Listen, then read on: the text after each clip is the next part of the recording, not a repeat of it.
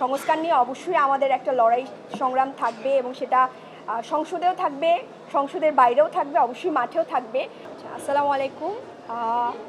NCP আসলে শুরু থেকেই কিন্তু সংস্কারের রাজনীতিটাই করে এসছে এবং আমাদের মূল চিন্তাভাবনা কিন্তু সংস্কারকে নিয়ে এবং সংস্কারকে সামনে রেখেই কিন্তু এনসিপির জন্ম হয়েছে। জুলাইয়ের পরে শহীদদের আকাঙ্ক্ষা যেটা ছিল যে দেশ সংস্কার, বাংলাদেশকে সংস্কার করে সামনের দিকে এগিয়ে নিয়ে যাওয়া, এটার জন্যই কিন্তু আমরা একদল তরুণের সাথে এসে, বিশেষ করে আমি একজন অন্য সেক্টরে ছিলাম, সেখান থেকে এসেছি, তরুণদের সাথে এসে হাত মিলিয়েছি বাংলাদেশকে সংস্কারের জন্যই।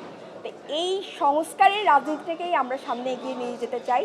পাশাপাশি নারীর নিরাপত্তা, নারীর স্বাস্থ্য, এগুলো নিয়ে আমি আগেও কাজ করেছি। আপনারা জানেন যে আমার নারীর বিভিন্ন গ্রুপ ছিল, সেখানে আমি কাজ করেছি, বিনামূল্যে চিকিৎসা দিয়েছি।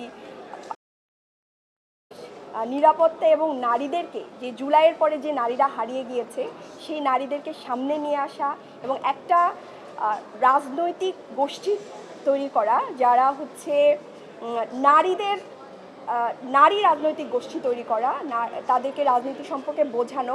কারণ বাংলাদেশে দেখেন, আপনারা সবাই যারা আছেন এখানে সবাই কিন্তু পড়াশোনাটা কিন্তু মায়ের হাতেই করেছেন, বাবার চেয়েও বেশি মায়ের হাতেই আপনাদের বিষয়টা ছিল। যে আমার প্রথম যে আন্দোলনের মাঠ ছিল সেটা কিন্তু শিক্ষা সংস্কার থেকে এসেছিল আমার বাচ্চার জন্য। তো সেই জায়গা থেকে মেয়েদের রাজনীতি বোঝাটা অনেক বেশি ইম্পর্টেন্ট।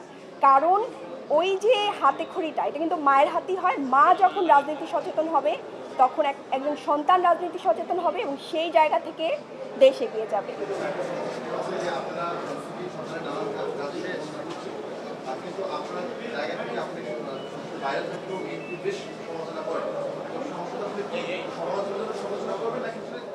না, আমি শুরু থেকে প্ল্যান করে এসেছি এবং শপথ গ্রহণের পরে এবং আগে থেকে আমার চিন্তা ছিল যে সংস্কার নিয়ে অবশ্যই আমাদের একটা লড়াই সংগ্রাম থাকবে এবং সেটা সংসদেও থাকবে, সংসদের বাইরেও থাকবে, অবশ্যই মাঠেও থাকবে।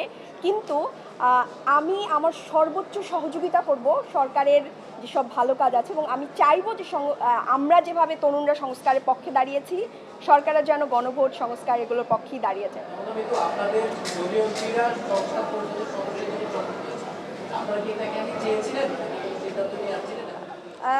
না, এটা হচ্ছে যেই জুলাই সনদ বাস্তবায়ন আদেশ, সেখানে সাধারণ নির্বাচনে যারা নির্বাচিত বলে সেই হিসেবে এটা সংরক্ষিতের জন্য অ্যাপ্লিকেবল হবে না।